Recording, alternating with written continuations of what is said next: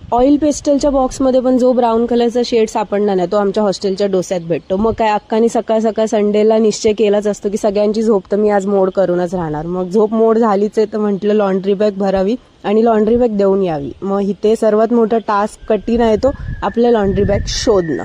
शोधला तर आहे लॉन्ड्री बॅग, पण आता घेऊन आल्यानंतर म्हटलं झोपून जावं. मग आयत्या बिळावर नागोबासारखं उठून जेवायला यायचं. थोडंफार इकडे आपली गँग टोळी घेऊन निघालोय इकड तिकडच्या फेरफटका मारायला.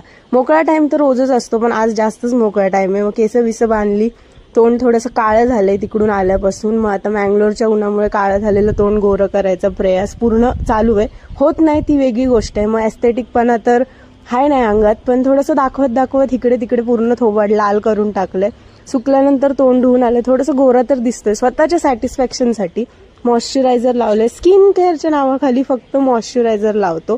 चोळलंय अख्ख्या थोबाडाला इकडे तिकडे पसरवून सगळीकडे लागलं पाहिजे. एकदम स्टे हायड्रेटेड. तोंडावर डार्क सर्कल्स आलेत की तोंड डार्क सर्कल मध्ये गेले हे तर देवालाच माहिती. जसं की आमचे खिशे सुकलेले आहेत, ओठ बिलकुल सुकले नाही पाहिजे. हॉटेलच्या मेन्यू मध्ये जेवढे प्रकारचे भात दिसणार नाही तेवढे यावेळेस आमच्या मेन्यू मध्ये आहेत. दिवस रात्र भात खाऊन खाऊन स्वप्नात पण भातच येईल. So good night.